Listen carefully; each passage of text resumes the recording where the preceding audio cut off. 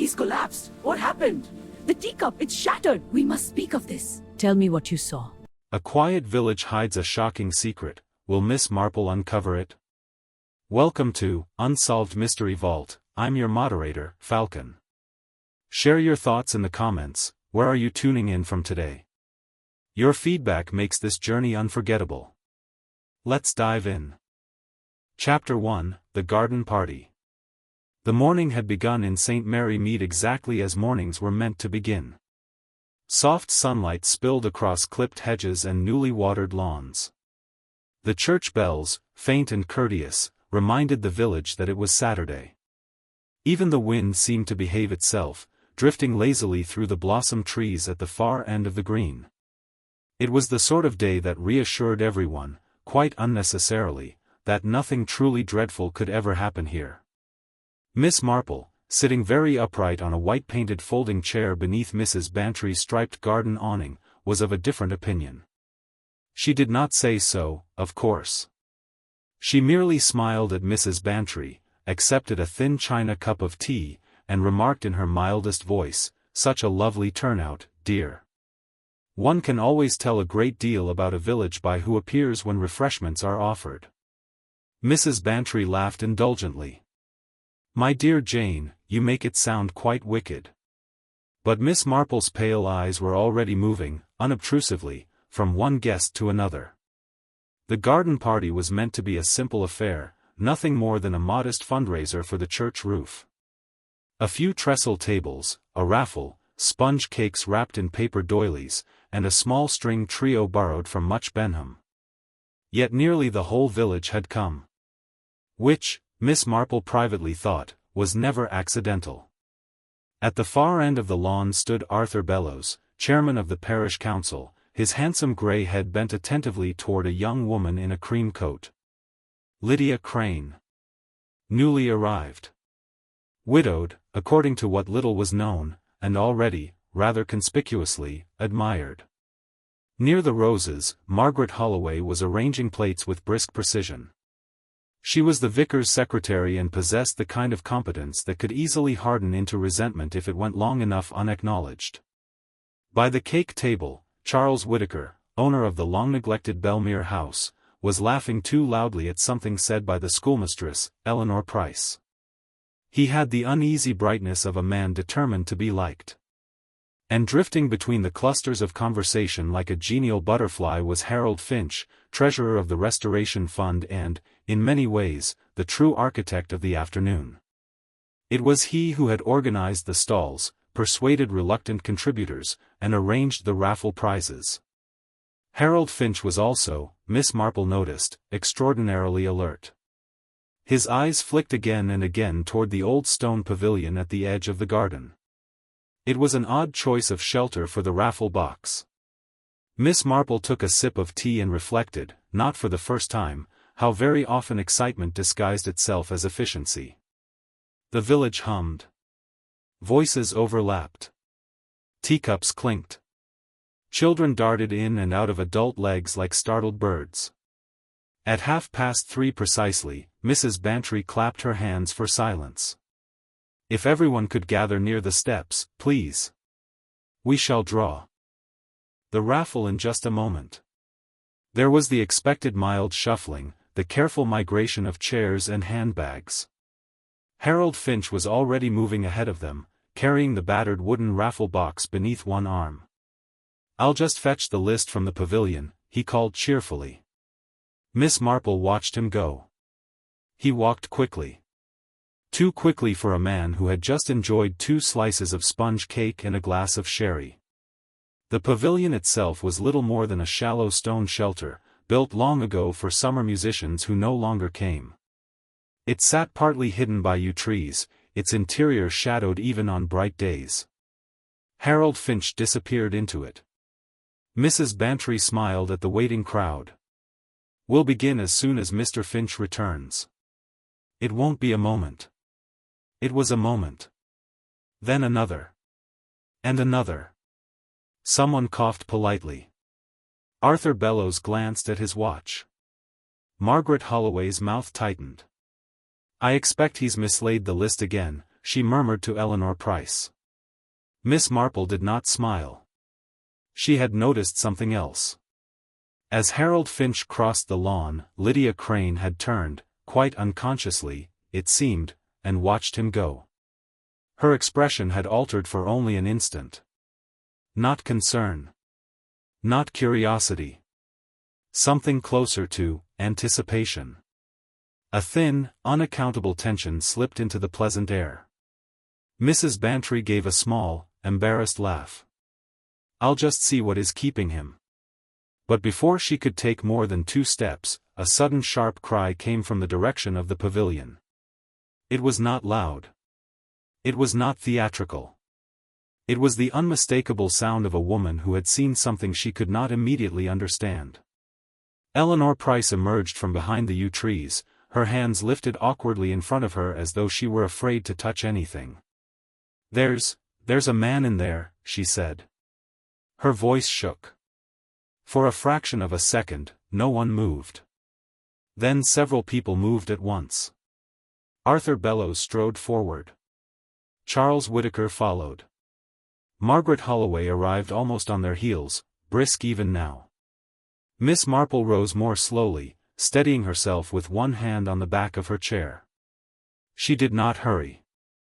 Inside the pavilion, the air felt abruptly colder. Harold Finch lay on the stone floor, one arm bent beneath him, his face turned slightly toward the open light. His eyes were open. His expression was oddly mild. As though he had not yet been informed that he was dead. There was no blood. There was no sign of disturbance. Only the raffle box lay on its side a short distance away, its lid open, slips of folded paper scattered like small white petals across the stones. Arthur Bellows bent down instinctively and then froze. "He's not breathing," he said. Margaret Holloway pressed a hand to her mouth. Charles Whittaker backed away so suddenly that he struck the stone wall behind him. Eleanor Price had begun to cry. Miss Marple stood just inside the entrance, her gloved hands folded neatly together. She was thinking, not of murder, but of a young shop assistant she had once known in Torquay who had fainted behind the counter after a perfectly ordinary argument and had never recovered. A tiny, undetected weakness of the heart, the doctor had said later. Harold Finch's body looked very much like that girl's had looked. Except. Miss Marple's gaze drifted to the raffle slips on the floor. They had not fallen randomly. A small, neat cluster lay near his right hand. Another group, slightly apart. And one slip, only one, had been placed carefully on the stone ledge beneath the narrow window. Placed. Not dropped. Someone swore softly behind her. "We must fetch the police," Margaret Holloway said, her voice already reorganizing the chaos. Arthur Bellows nodded. "Yes. Yes, of course." But he did not move. They were all staring at the body. At the mild, untroubled face. At the sudden, impossible absence of the man who had been arranging their afternoon only minutes before. It was Lydia Crane who spoke next. She had come quietly to the pavilion entrance. "How dreadful," she said. Her tone was gentle. Proper. Entirely suitable. Miss Marple glanced at her. The young widow's eyes were dry. And very bright. By the time the village constable arrived, breathless and apologetic, the news had already begun to travel. The cake stall fell silent.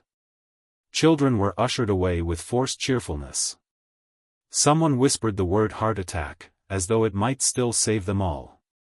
But the constable, after one careful look, straightened. "I'll need to telephone for the inspector," he said. Mrs. Bantry stared at him. "But surely—" "I'm sorry, ma'am. It may not be as simple as it looks." A ripple passed through the small gathering. Not fear at first. Interest. Speculation. A faint, dangerous excitement. Miss Marple watched it move from face to face as unmistakably as a breeze through long grass. Human nature, she reflected, was remarkably consistent. The inspector, when he arrived from the county an hour later, would find St. Mary Mead already busy rewriting the afternoon in its collective memory, who had been last seen with Harold Finch, who had looked away too quickly, who had not looked shocked enough. Miss Marple, however, was still thinking about the single raffle slip on the ledge. And about the curious, brief expression she had seen on Lydia Crane's face when Harold Finch had walked toward the pavilion. It was not triumph. It was not relief. It was something far more careful than either. Later, much later, Miss Marple would admit to herself that the real disturbance of the day had not been the sight of Harold Finch lying lifeless on cold stone. It had been the quiet certainty, settling over her even as the garden party dissolved into confusion, that this was not a crime that belonged to St. Mary Mead at all. It was a crime that had arrived. And it would not be satisfied until it forced her, quite deliberately, out of it. Chapter 2, Whispers After the Pavilion. By the time the police car drew away from the gate and the last of the villagers had been persuaded to return home, the garden had lost its harmless air of festivity. Paper plates lay abandoned beneath the tables. A half-cut Victoria sponge sagged gently in the warmth. Someone had forgotten a handbag on a chair, as though its owner might still return to claim the afternoon exactly as it had been. Instead, people drifted away in small, whispering groups. Miss Marple remained a little apart. She sat now on a low stone bench beside the rose border, her hands folded in her lap, watching St. Mary Mead react. It reacted in precisely the way she had expected. Margaret Holloway was the first to find a voice. "Well," she said sharply to anyone prepared to listen, "I always thought it odd how much control Harold insisted on having over the accounts. Everything had to go through him. Every decision." Arthur Bellows, still pale and faintly offended by the entire business, shook his head. "You mustn't jump to conclusions, Margaret. The man has only just died." "That doesn't prevent people from having secrets," she replied. The word lingered. Secrets. Near the gate, Charles Whittaker stood speaking in low, hurried tones to Eleanor Price. His hands moved constantly, as though he were brushing something invisible from his sleeves. "I can't imagine why the inspector would think it suspicious," he said. "Perfectly healthy people collapse every day." Eleanor nodded obediently, though her eyes wandered nervously back toward the pavilion. Miss Marple noticed, however, that Charles Whittaker did not once suggest that it might have been a natural death. Lydia Crane walked slowly across the lawn toward Mrs. Bantry. "Is there anything I can do?" she asked softly. Mrs. Bantry dabbed her eyes. "No, my dear. No. It's all terribly upsetting." Lydia touched her arm gently. "Yes," she said. "It is." She moved on a moment later, leaving sympathy behind her as neatly as one might leave a calling card. Only when the garden was nearly empty did the inspector step back into the sunlight. He was a compact man with a tired, courteous face and eyes that missed very little. Miss Marple had been expecting him. He approached her with the faintly polite uncertainty reserved for elderly ladies who might be either helpful or highly inconvenient. "Miss Marple, I believe." She inclined her head. "I happen to be here, Inspector. Quite by chance." "Of course." His tone suggested that he did not, in fact, believe in chance at all. "We're treating Mr. Finch's death as suspicious. There are no visible injuries, but the doctor is unhappy about the suddenness of it. He'll want a post-mortem." Miss Marple looked distressed. How dreadful for his poor sister. "He was devoted to her, I believe." The inspector glanced up quickly. "Yes. She lives with him in the village." "So kind of him," said Miss Marple gently. "So rare, these days." The inspector waited. Miss Marple did not elaborate. He tried again. "You were seated near the pavilion when he went in?" "Not especially near. One sees a great deal without being close, you know." "Yes," he said cautiously. She smiled at him. It was such a pretty afternoon. Everyone was very relaxed. He hesitated. Did you notice anyone go in after him? Miss Marple appeared to think. Well, no. At least, not directly. Not directly? She lifted her eyes to his. It is often easier to notice who does not go somewhere than who does. The inspector stared at her for a moment, uncertain whether he had just been given something useful or nothing at all. And did you see anyone leave? Oh, people were moving about all the time. But I did notice Eleanor Price going toward the pavilion just before she cried out. She found the body. Yes. Quite. Miss Marple folded her hands more tightly. And Lydia Crane passed very close to the yew trees only moments before. She was looking for Mrs. Bantry, I believe. The inspector nodded, writing quickly. Thank you, Miss Marple. She rose. If you don't mind my saying so, she added, almost shyly, Harold Finch always struck me as a man who liked things to be in order. The inspector smiled politely. Most treasurers do. Yes, Miss Marple agreed. But he liked other people to behave properly as well. The smile faded. That evening, the village reorganized itself around the event. By 6 o'clock, 3 separate versions of Harold Finch's final movements were circulating. In one, he had argued with Margaret Holloway by the cake stall. In another, he had been overheard speaking sharply to Charles Whittaker about money. In a third, Lydia Crane had gone to the pavilion first and run away in distress. Miss Marple heard them all. She heard them in the post office, in the grocer's, and in the low, excited murmurs outside the vicarage gate. None of them matched what she herself had seen. At 7:30, she received an unexpected visitor.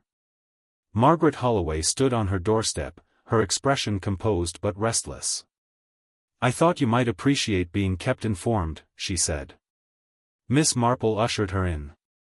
I was questioned again this afternoon, Margaret continued. About the fund accounts. Harold was careless, I'm afraid. There were discrepancies. Were there? Yes. Quite a number. Small amounts, but repeated. Miss Marple poured tea. And you mentioned this to the inspector? Of course. A faint, almost imperceptible satisfaction crossed Margaret's face. Miss Marple noticed it. Did Harold explain them to you? Margaret hesitated. He said he was adjusting entries. He could be very abrupt when challenged. Yes, said Miss Marple quietly. People who dislike being contradicted often are. Margaret stiffened slightly. You don't think I... My dear, said Miss Marple kindly, one can dislike a person very much indeed without wishing them dead. When Margaret had gone, Miss Marple sat for a long time by the fire. Harold Finch had liked order.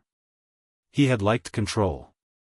And someone, very briefly and very deliberately, had rearranged something after his death. Not to hide a crime. To say something. She could not yet be sure what. But she was quite certain of one thing. The message had not been meant for the police. Chapter 3, An Inconvenient Pattern. Miss Marple slept badly. It was not, as she would later explain to herself, because of Harold Finch's death. It was because her mind had become occupied by something that would not settle into its proper place.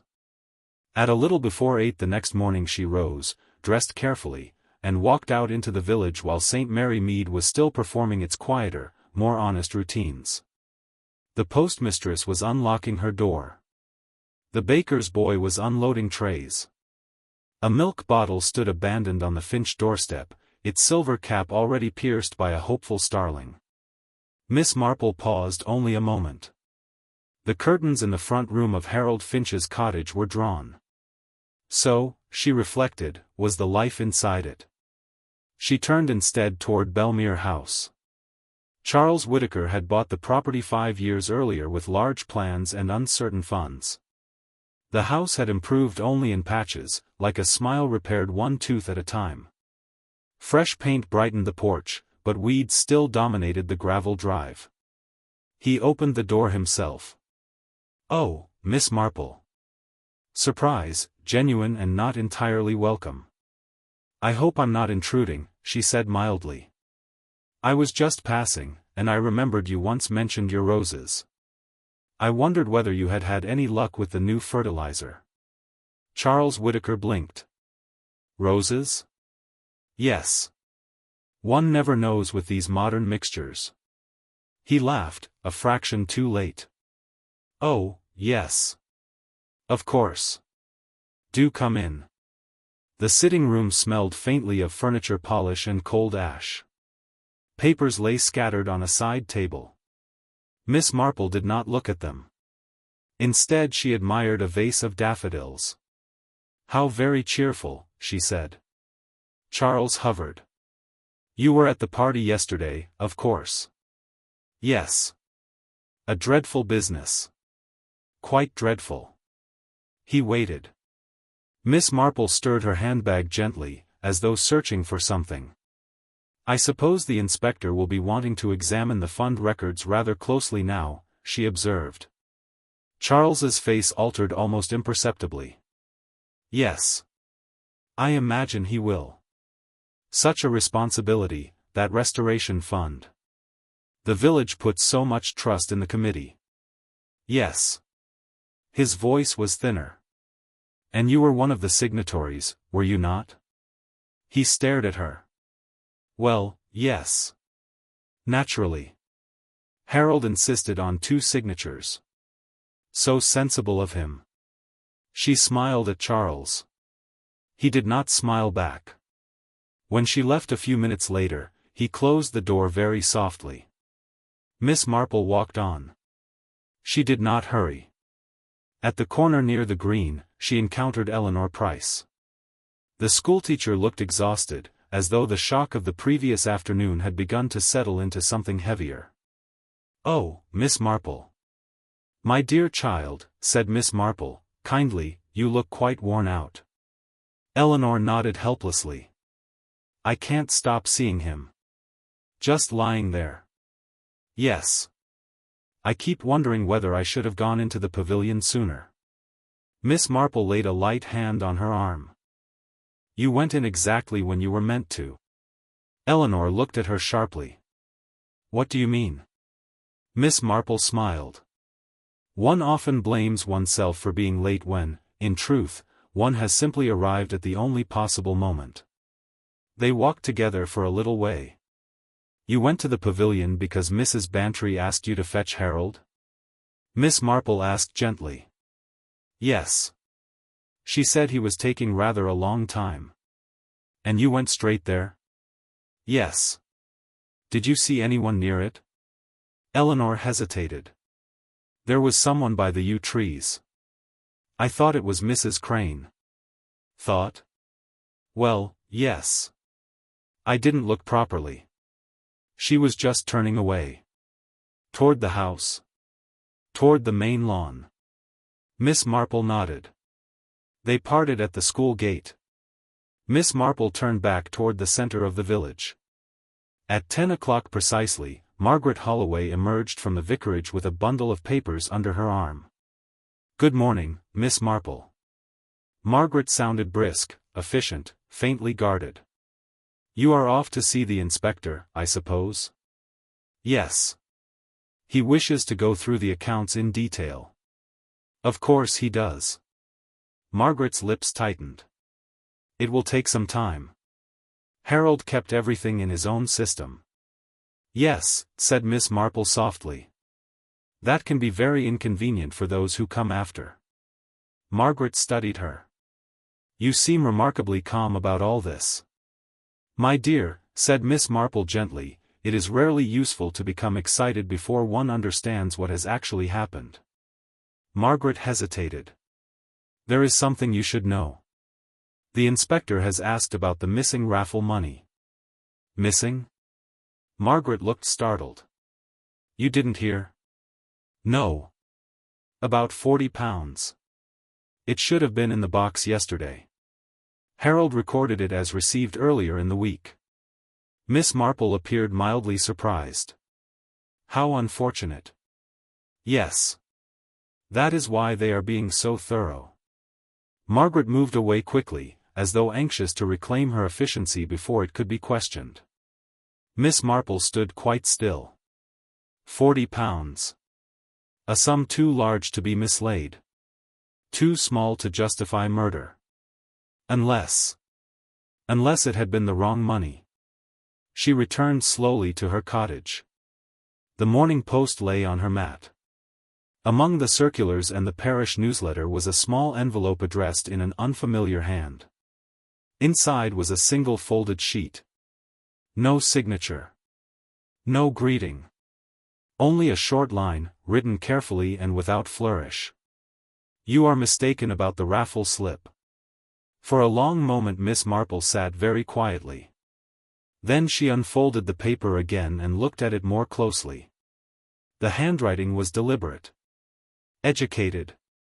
Controlled. It reminded her, not unpleasantly, of the way Harold Finch used to write the figures in the church accounts ledger. Neat. Balanced. Almost anxious to be correct. Miss Marple placed the note on the table beside her. Someone, it seemed, had decided that the message in the pavilion had not been sufficiently clear. And had chosen, instead, to speak directly to her. Chapter 4, The Wrong Kind of Warning. Miss Marple read the note a third time before placing it carefully inside the drawer of her small writing table. She did not, as a younger woman might have done, feel alarmed. She felt confirmed. The mistake, whoever had written the message, was not that she had misunderstood the raffle slip. It was that she had been expected to understand it at all. She poured herself a cup of tea and sat by the window, watching the narrow lane outside her cottage. It was just after 11. The inspector would still be at the vicarage with Margaret Holloway, immersed in columns and receipts. The village, in the meantime, was performing the slow, attentive choreography of curiosity. At 11:30 precisely, the person Miss Marple had been waiting for passed her gate. Edith Finch walked with short, determined steps, a little handbag clasped tightly to her chest.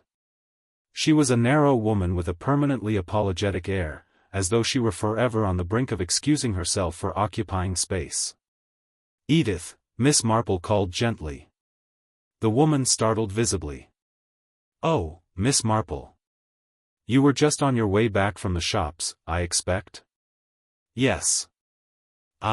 Well. I needed a few things. Do come in for a moment. I've just made tea. Edith hesitated only briefly before stepping inside. It was not difficult to see how completely her life had revolved around her brother.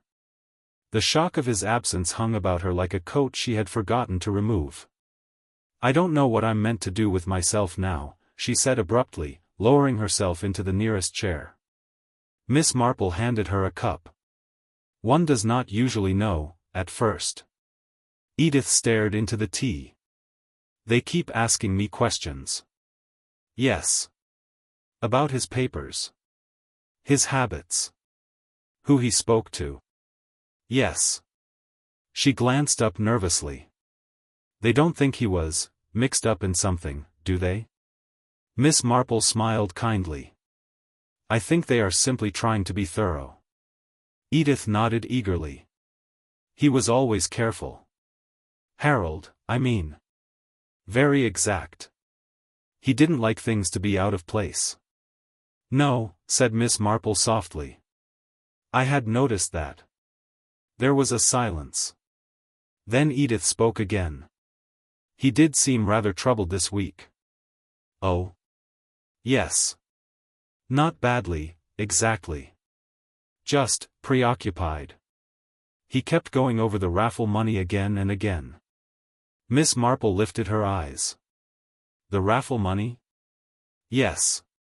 He brought the box home 2 evenings ago to check the entries. He said something didn't add up. What sort of thing? Edith frowned. He wouldn't explain properly.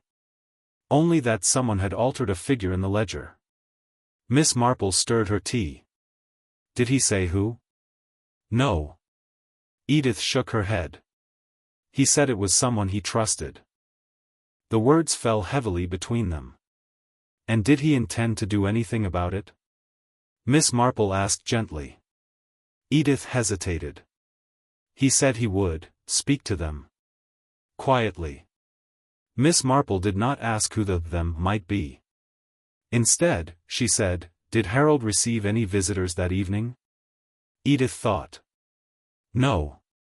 But he did write a note. A note? Yes. He tore it out of his small pad and folded it into his pocket. I remember because he was annoyed that the pen had blotted. Miss Marple smiled faintly. Yes. That would have irritated him. When Edith had gone, Miss Marple remained very still. Someone he trusted. Someone whose figures had been adjusted. Someone he intended to confront quietly. And someone who now seemed anxious that Miss Marple should stop thinking about a raffle slip. She replaced the cup carefully on its saucer. Shortly after midday, she walked toward the vicarage. The inspector's car was still parked outside. Inside, voices drifted through the open window. Margaret Holloway's voice, crisp and efficient.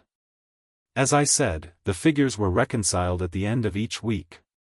The inspector murmured something Miss Marple could not hear. A moment later, Margaret emerged, looking faintly flushed. Oh, Miss Marple. Good afternoon, my dear. Margaret hesitated. Have you been busy? Miss Marple smiled. Not especially. Margaret studied her with new attentiveness. They seem to think the money may have been removed before the party. Yes, said Miss Marple mildly. That would appear likely. Margaret's fingers tightened around the strap of her handbag. Harold had rather an obsession with accuracy. Yes. He could be very unkind when he thought someone had made a mistake. Could he? Margaret met her eyes. He once accused me of misfiling an entire month of correspondence. It was, in fact, his own error. And how did he respond when he realized? Margaret looked away. He never admitted it. They stood in silence for a moment. Then Margaret said abruptly, I really must get back. Miss Marple watched her walk quickly down the path. That afternoon, she called at Belmere House again. This time, Charles Whittaker did not attempt cheerfulness. He looked drawn. I expect you'll be hearing from the inspector, Miss Marple remarked pleasantly. Yes. He telephoned earlier.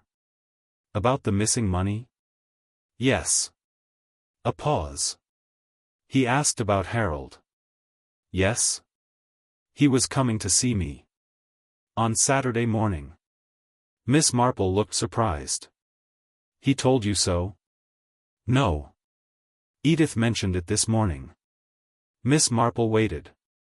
I didn't know why he wanted to speak to me, Charles continued quickly. We were both on the committee. That was all. Of course. He swallowed. You don't think? My dear Mr. Whittaker, said Miss Marple gently, thinking is rarely as dangerous as people imagine. When she left, she was quite certain that Charles Whittaker had not received any anonymous notes. He was frightened. But he was not defensive. As she walked back toward her cottage, Miss Marple took from her pocket the folded slip of paper she had carried all day. You are mistaken about the raffle slip. It was, she reflected, a very curious choice of words. Not wrong. Mistaken. As though the meaning mattered more than the act. And as though the person who had written it believed she was very close indeed to understanding what Harold Finch had tried, quietly and in his own exact way, to put right.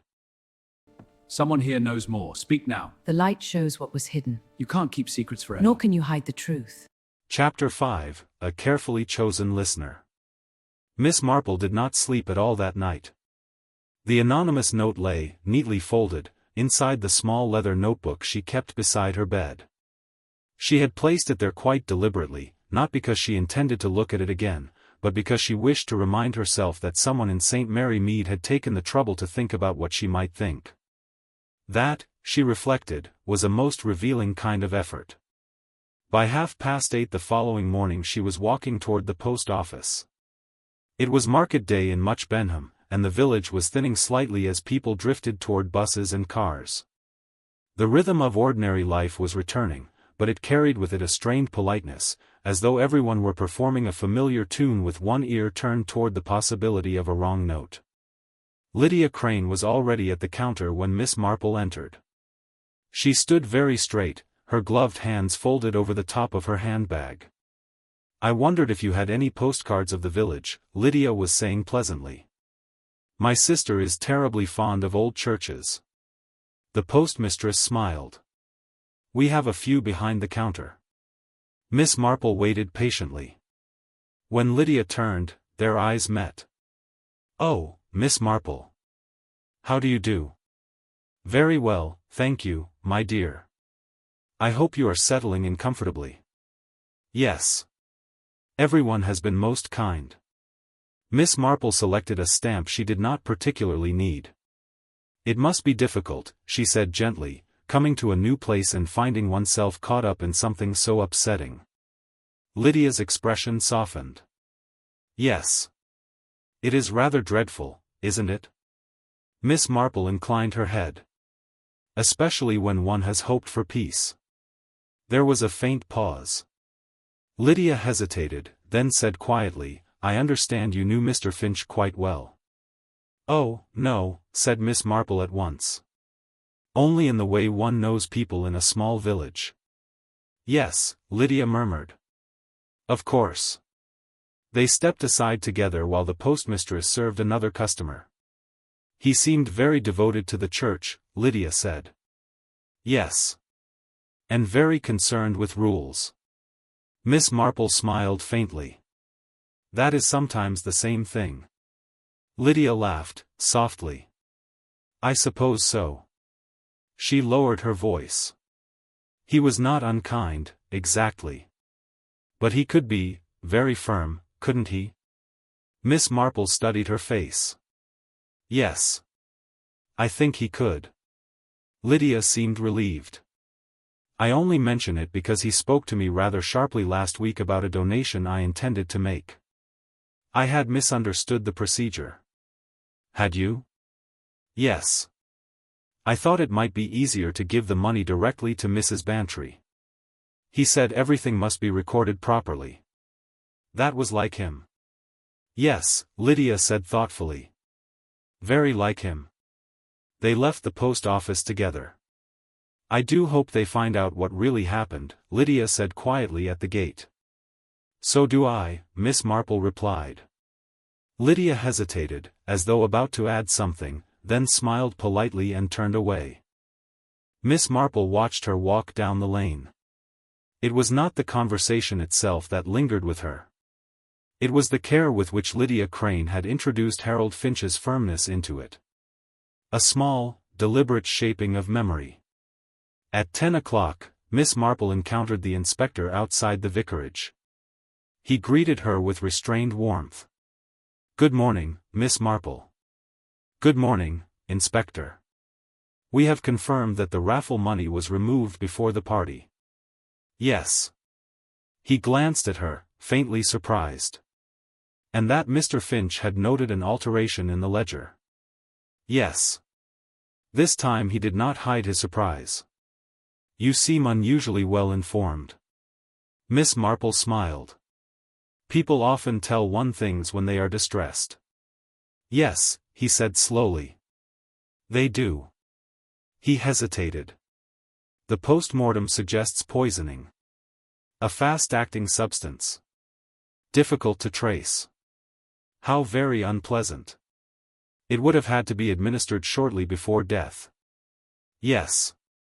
"In a drink, most likely." Miss Marple's eyes lowered. "There were a great many cups of tea yesterday."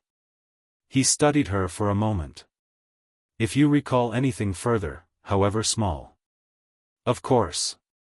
But as he moved away, Miss Marple was thinking not of tea, but of the way Harold Finch had walked so quickly toward the pavilion. As though he had been summoned. Shortly before noon, she paid a brief call on Edith Finch. The little cottage felt strangely hollow. "I was just going through Harold's drawer," Edith said apologetically. "The inspector may want the papers later." Miss Marple nodded. "Of course." Edith held up a small pad. "This is the one he kept in his jacket." Miss Marple looked at it. Several pages had been torn out. Only one remained. A list of names. Arthur Bellows. Margaret Holloway. Charles Whittaker. Lydia Crane. Edith frowned. "I don't know what it means." Miss Marple took the pad gently. "And neither did Harold," she said softly. "Not at first." Edith stared at her. "He was working something out." She handed the pad back. "May I ask, did anyone telephone your brother on the morning of the party?" Edith thought. "Yes. A woman." "Do you know who?" "No. He took the call in the other room." "Did he seem upset afterward?" Edith hesitated. "He seemed decided." That afternoon, Miss Marple sat quietly by her window. 4 names. 4 people who had access, in different ways, to the fund. 4 people who had reason to be concerned about Harold Finch's tidy, exact mind. But only one of them, she reflected, had begun, quite delicately, to guide how Harold Finch himself should be remembered. Only one had chosen her as a listener. And only one had taken the trouble to correct her. "You are mistaken about the raffle slip." Miss Marple closed her eyes briefly.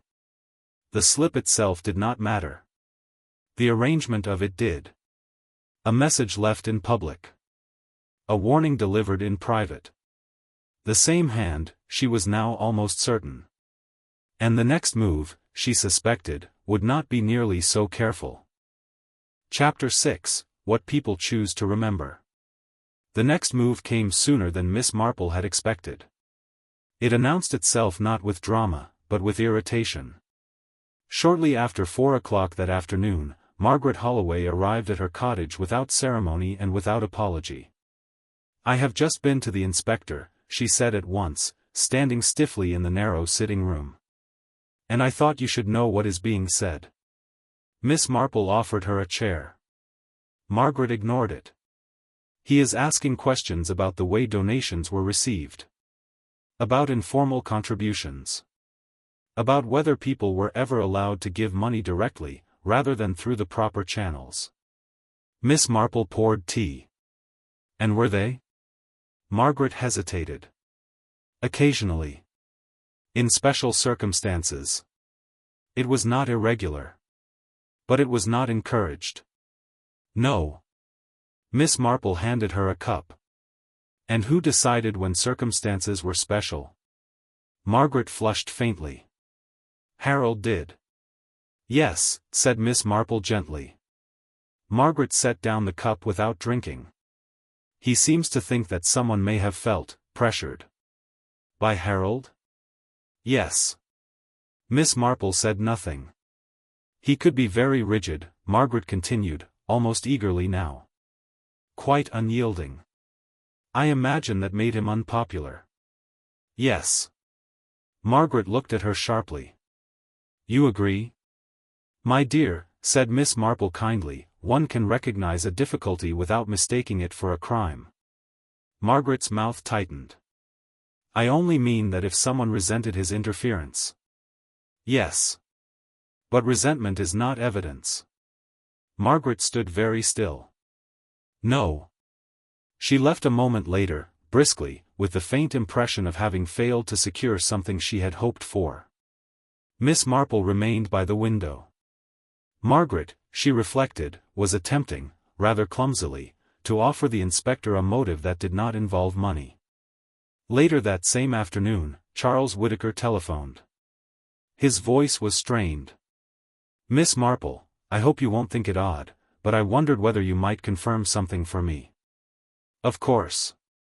You were present when Harold went into the pavilion. Yes. Was he summoned? Miss Marple smiled faintly, though he could not see it. I cannot be sure. But did anyone call him? No. A pause. But he behaved, she added gently, as though he expected to find something, or someone, waiting for him. There was a sharp intake of breath. I see.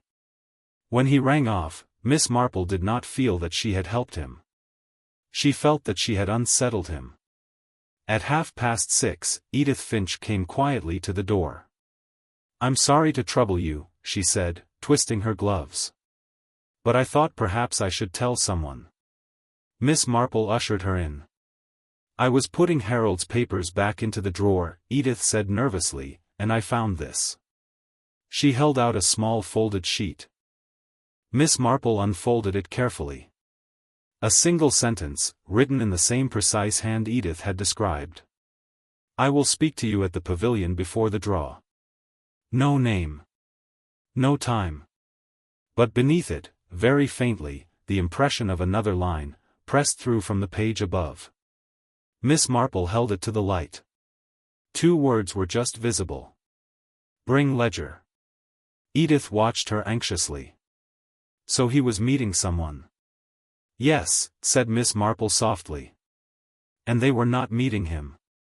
Edith looked bewildered. But he expected to see them, Miss Marple continued gently. They expected him to come alone. She folded the note and returned it to Edith.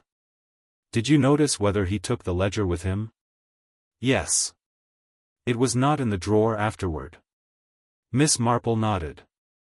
Which meant, she reflected, that the confrontation had been real. Not speculative. Not imagined. And that Harold Finch had been prepared.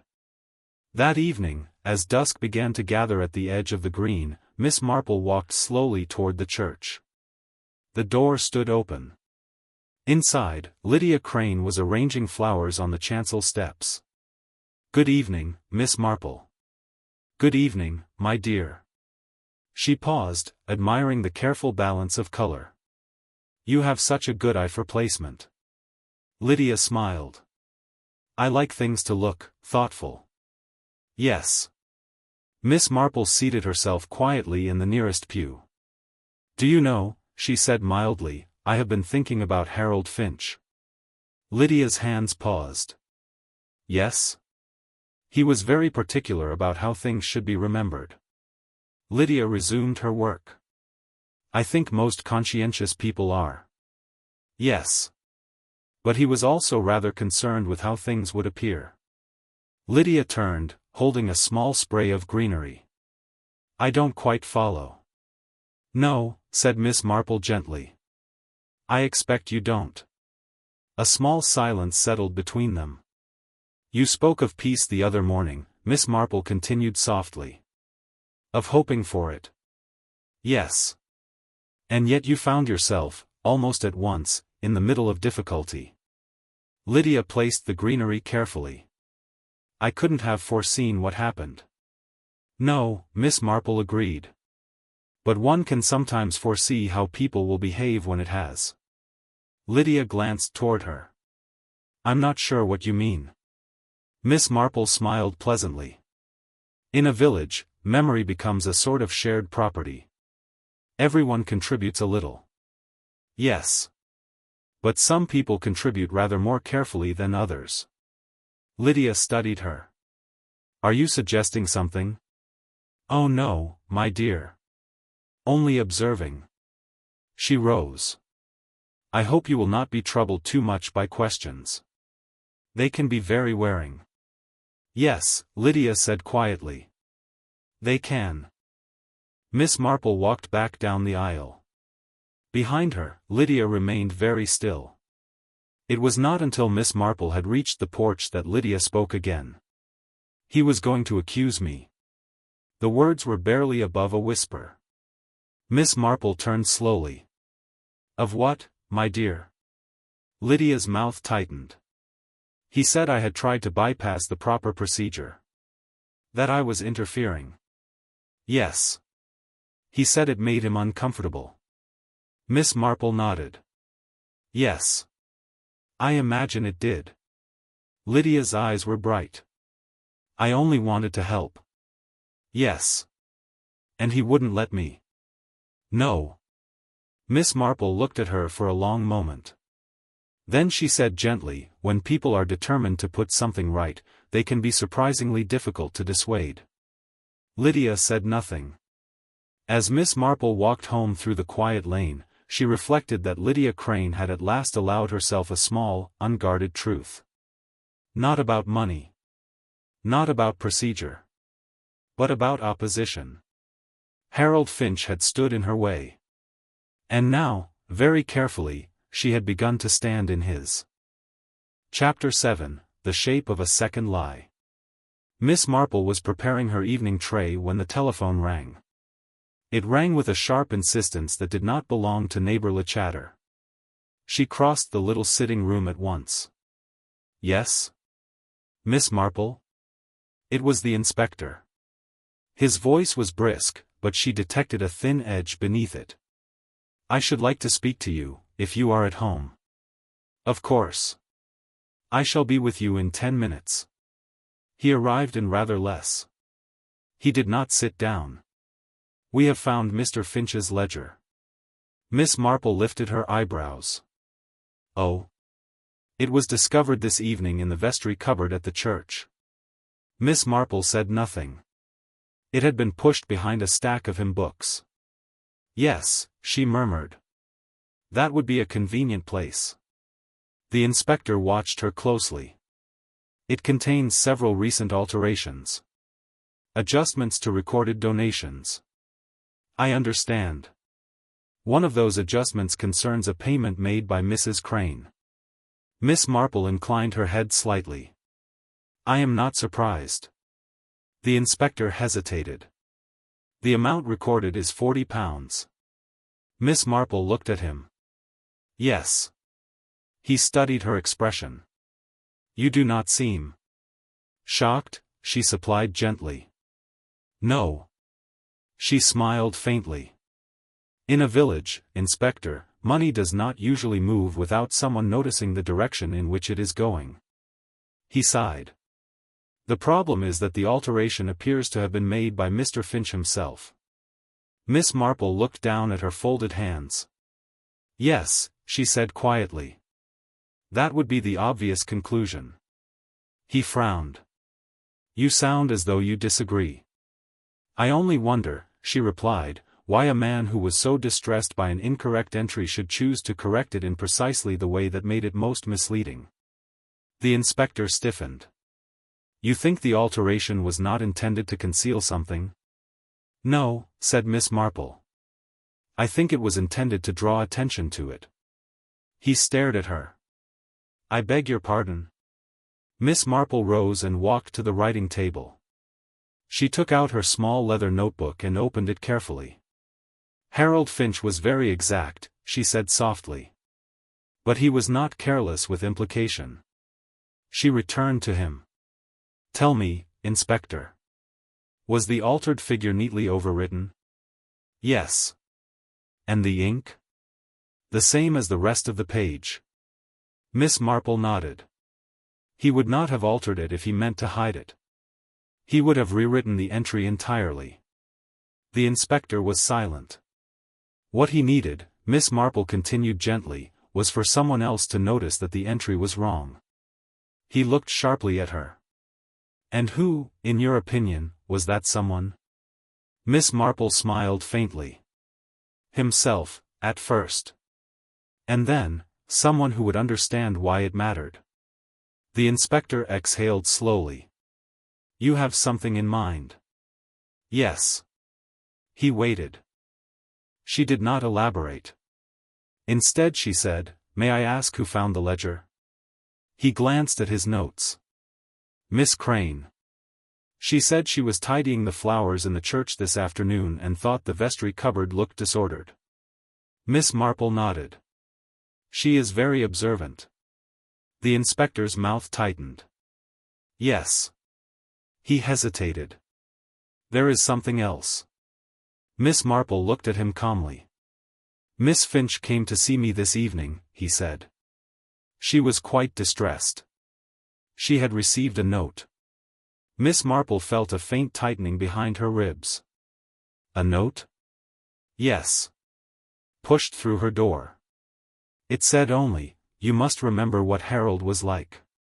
Miss Marple closed her eyes briefly. And was that all? Yes. He watched her carefully. You wouldn't happen to have received anything similar? Miss Marple hesitated, only a moment. Yes, she said gently. I did. He stiffened. May I see it? She handed him the folded paper from her notebook. He read it twice. You are mistaken about the raffle slip. He looked up. Who do you think sent this? Miss Marple shook her head. I think, she said softly, that whoever sent it wished to be quite sure that I was thinking about the right thing. He studied her. And are you? She met his eyes. Yes. He folded the paper carefully and handed it back. I shall have to speak to Miss Crane again. Yes. But, he added slowly, I do not yet see how this proves anything at all. No, said Miss Marple. It does not prove. It only arranged. After he had gone, Miss Marple sat very quietly. The ledger had been placed. The note to Edith had been sent. The anonymous reminder had been delivered to her. Someone was tidying the story. Not the facts. The memory of Harold Finch. At 9:30, there was a light knock at her door. It was Eleanor Price. I hope I'm not disturbing you, she said nervously. Not at all, my dear. She came in, twisting her hands together.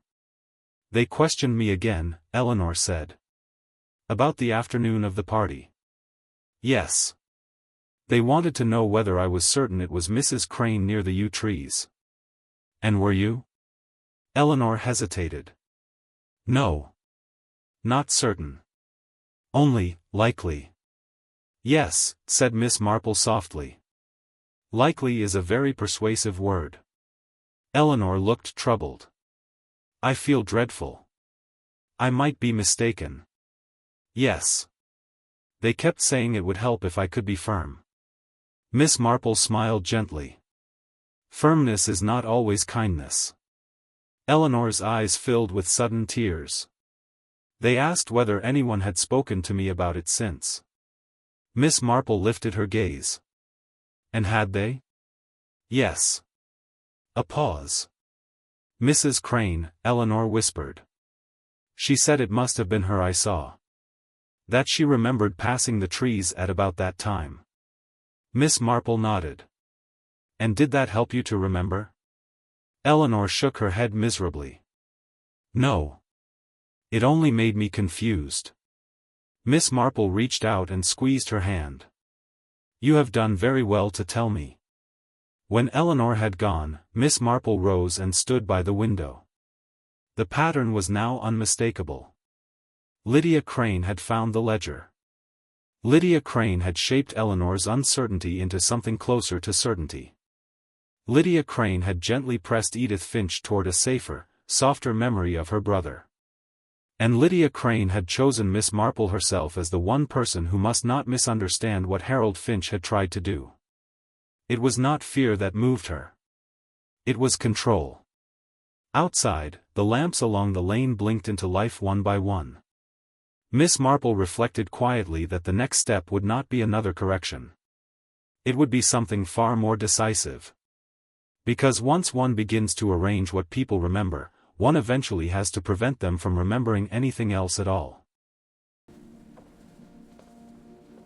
Tell me what happened.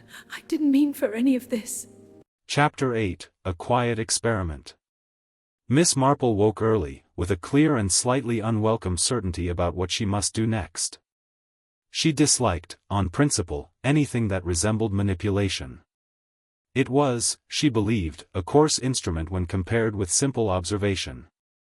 But there were occasions, mercifully rare, when one had to invite a person to reveal themselves. This, she suspected, was one of them. By 9:30 she was already walking toward the church.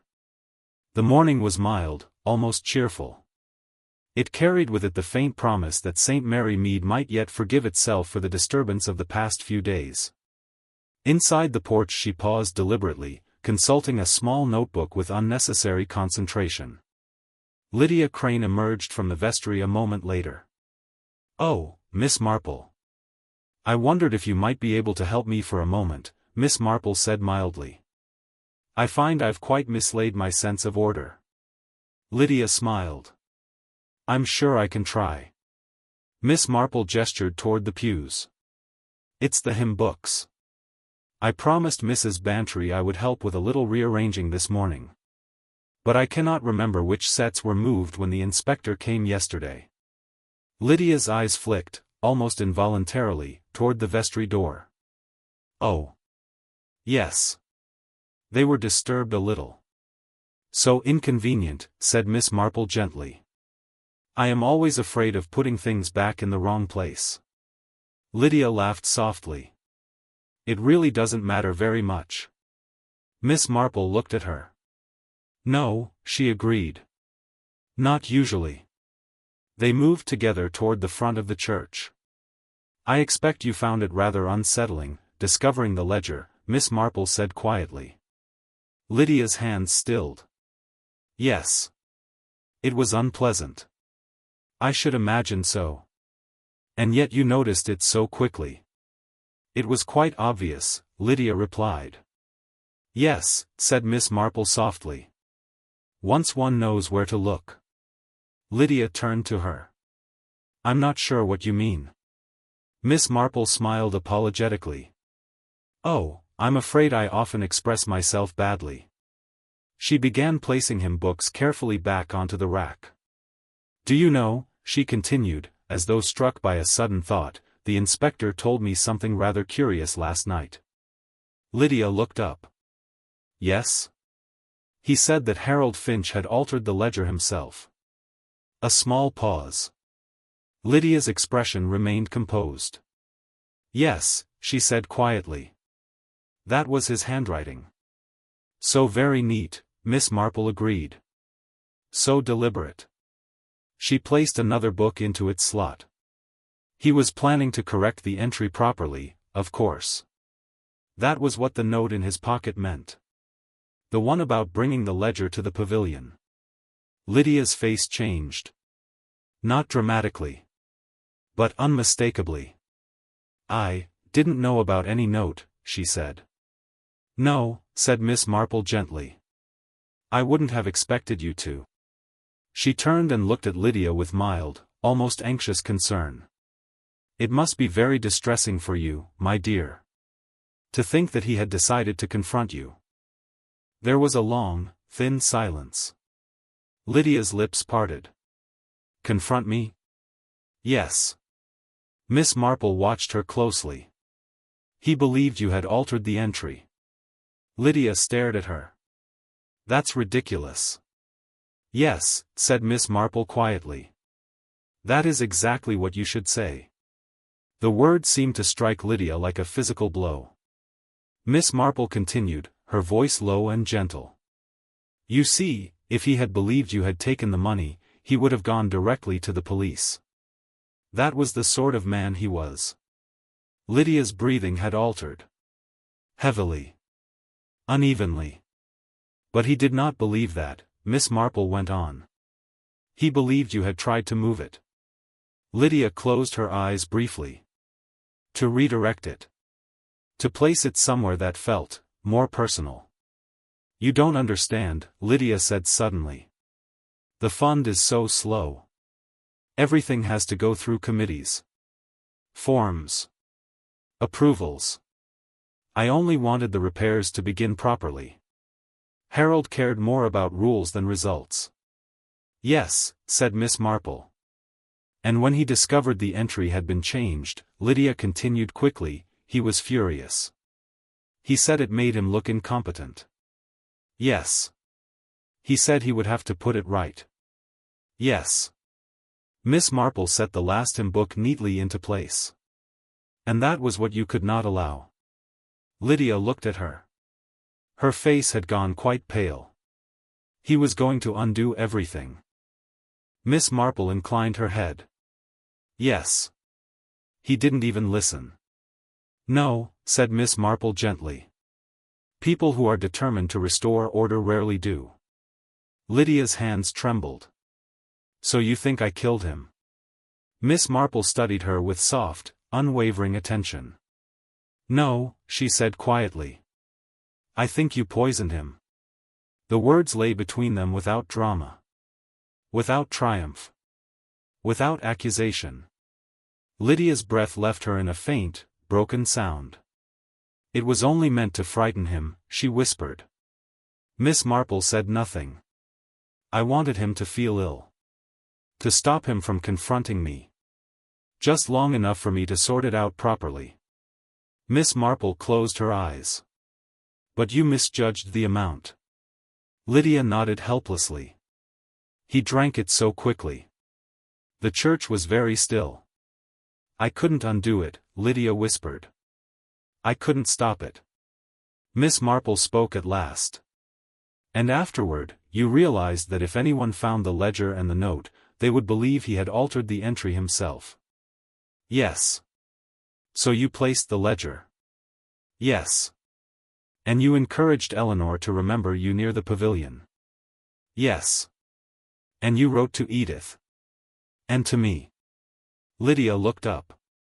I thought if you misunderstood the slip, if you thought it meant money, not intention, everything would stay simple. Miss Marple sighed softly. But Harold Finch did not leave you a puzzle about money, she said. He left you a puzzle about responsibility. Lydia's shoulders sagged. You were so close, she whispered. Yes, said Miss Marple quietly. And so were you. A moment later, Lydia said dully, You're going to tell him. Yes. Miss Marple walked slowly toward the porch. She paused at the door. You might like to sit down, my dear, she said gently. It will be more comfortable when the inspector arrives. Behind her, Lydia Crane sank onto the nearest pew and covered her face with both hands. Chapter 9, The Thing That Could Not Be Corrected. The inspector arrived more quietly than Lydia had expected. There was no sudden entrance, no hurried tread in the porch. Only the soft, practical sound of the church door opening and closing, and then his measured footsteps along the aisle. Miss Marple was standing just inside the porch when he came in. It is finished, she said gently. He looked past her. Lydia Crane was seated halfway down the nave, her head bent, her hands folded in her lap with a carefulness that had, at last, lost its purpose. The inspector stopped beside the pew. Miss Crane, he said quietly. She looked up. Yes. He waited. She did not attempt evasion. It was me, Lydia said dully. I put it in his tea. The inspector's face did not alter. Where? In the small china cup on the side table. By the pavilion. He always poured for himself. Yes, he said. She nodded. I brought it with me in a little bottle. I told myself it was only enough to make him ill. The inspector listened. She told him everything. About the ledger. About the altered entry. About her attempt to move the £40 into a separate account intended to pay directly for urgent roof work. About Harold Finch's refusal to allow even a temporary deviation from procedure. About the note he had written to confront her privately before the draw. And about the moment when she realized that he would undo the change before she could persuade anyone else. When she finished, the silence that followed was long and unembarrassed. The inspector turned slowly to Miss Marple. You were right, he said. She inclined her head. I was merely attentive. He hesitated. There is one point I should still like to understand. Of course. The raffle slips. Yes. He drew one from his pocket, sealed inside a small envelope. This was found on the ledge beneath the pavilion window. Yes. You suggested it was not placed there to conceal anything. No. But to communicate. Yes. He waited. Miss Marple spoke quietly. Harold Finch was confronted with a situation that could not be corrected by procedure. Someone he trusted had interfered with the system he believed protected everyone equally. Yes. He altered the entry himself, not to disguise the discrepancy, but to isolate it. To mark it. The only figure on the page that was overwritten. Neatly, deliberately. So that someone reviewing the page would see it. Yes. But that would only reveal the altered amount. Yes, said Miss Marple gently. Not the intention behind it. The inspector frowned slightly. And the slips? He knew that the ledger alone could be explained away. He needed something that suggested purpose rather than accident. She paused. In the raffle box were slips bearing the names of donors. He arranged several of them into 2 small groups after he arrived at the pavilion. The inspector stared at her. 2 groups? Yes. One for proper, recorded contributions.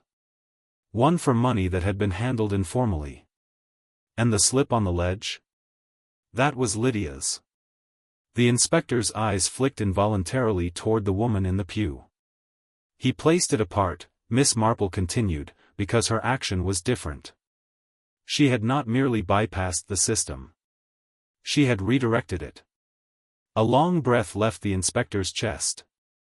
So the message was not about the missing £40. No. It was about responsibility. Yes. He nodded slowly. And you realize this because Lydia Crane did not behave like someone who feared discovery. The inspector turned to her. She behaved like someone who feared misunderstanding. He was silent.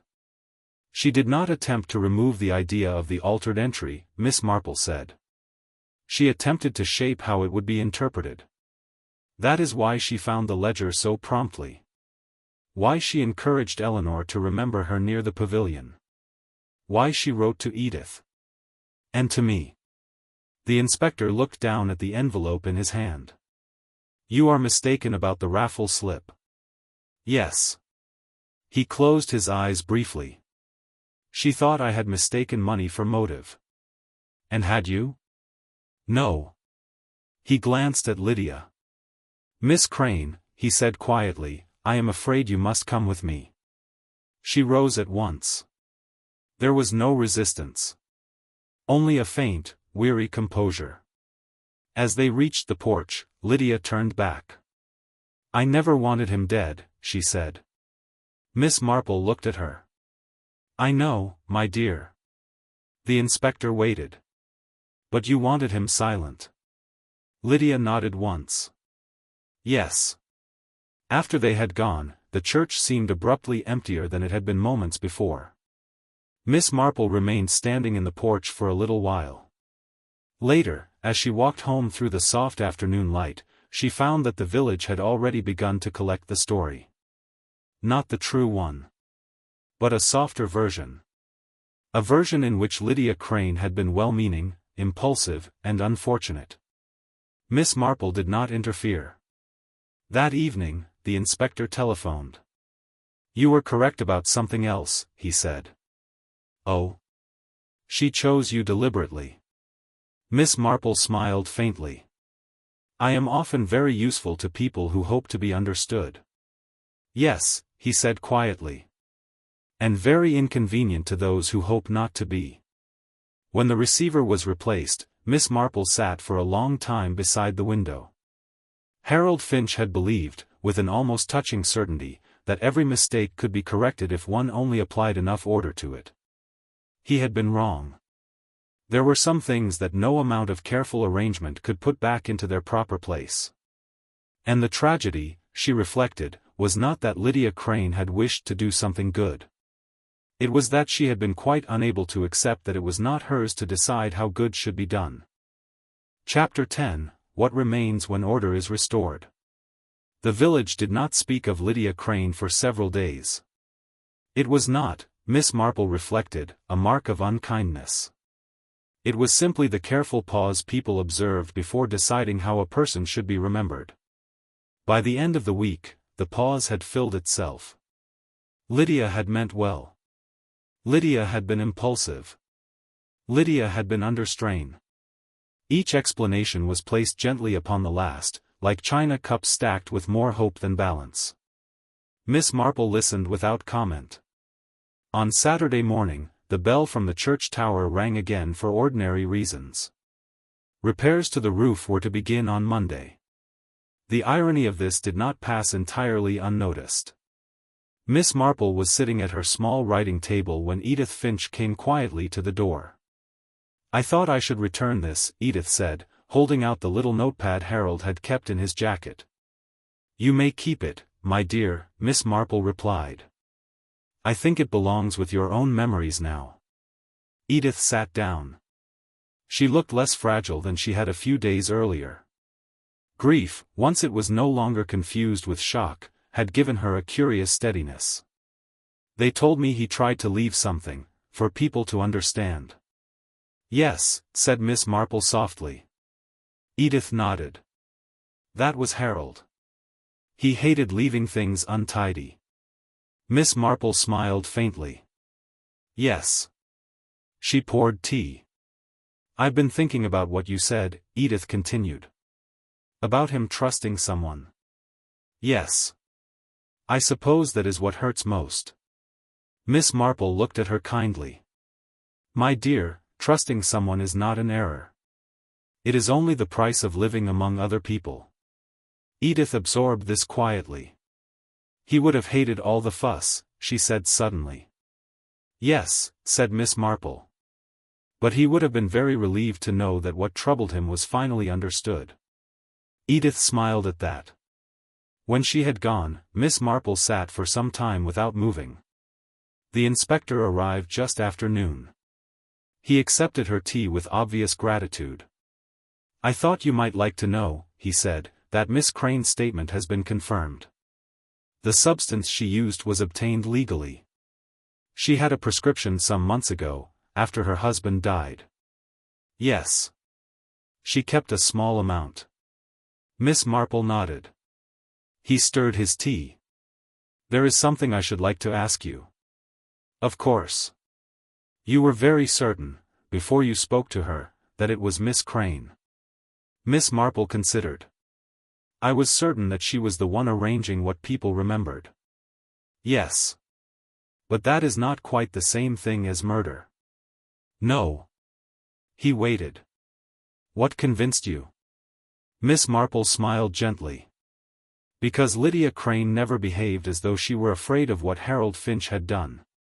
He frowned. "She behaved as though she were afraid of what he had meant."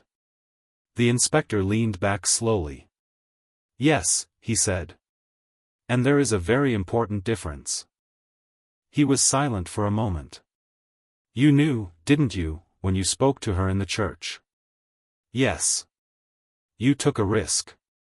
"Yes." He studied her. "I don't recommend that sort of method." Miss Marple smiled. "Nor do I. But occasionally one must allow a person the dignity of explaining themselves." The inspector looked away. "She was not an easy woman to dislike," he said quietly. "No," said Miss Marple. "That is what made her dangerous." He laughed faintly, without humor. After he had gone, Miss Marple walked slowly toward the green. The village looked much as it always had. The postmistress was laughing with a customer. Children were playing near the low stone wall. A delivery van stood awkwardly at the corner. And yet, for a moment, the place felt altered. Not damaged. Simply aware of itself. At the church gate, Margaret Holloway stood speaking to Mrs. Bantry. When she saw Miss Marple, she hesitated, then nodded stiffly. Later, Margaret would tell someone that she had always thought there was something rather determined about Lydia Crane. Later, Charles Whittaker would say that he could not imagine how any of them had failed to see it sooner. Later, Arthur Bellows would remark that rules existed for a reason. Miss Marple accepted these revisions kindly. They were part of the village's recovery. She paused at the edge of the green and sat down on the familiar low bench. For the first time since the garden party, she allowed herself to think, not of Lydia Crane, but of Harold Finch. He had been, she reflected, an awkward man. He had believed deeply in procedure, not because he loved authority, but because he feared favor. He had trusted systems more than people. And yet, when faced with a betrayal that did not fit any rule he knew, he had done something very human indeed. He had tried, in his own limited and exact way, to tell a story. Not to accuse. Not to punish. But to make it possible for someone else to understand what had gone wrong. He had failed. But not entirely. Miss Marple rose slowly. That evening, she took out the anonymous note once more. "You are mistaken about the raffle slip." She folded it carefully and placed it in the fire. It burned quickly. The words curled, darkened, and vanished. The slip had never mattered. Nor, in the end, had the money. What had mattered was that Lydia Crane had believed she could correct the world by quietly rearranging it. Harold Finch had believed it could be corrected by preserving it. Both had been wrong. But only one of them had accepted that there were limits to what even the best intentions were allowed to repair. Later, when the lights in the cottages along the lane blinked on one by one, Miss Marple sat by her window and watched them. St. Mary Mead had returned to itself. Not unchanged. But wiser. And Miss Marple, who had been forced, very briefly, out of her quiet, patient habit of observation, found herself once again content to remain precisely where she belonged. Watching. And remembering.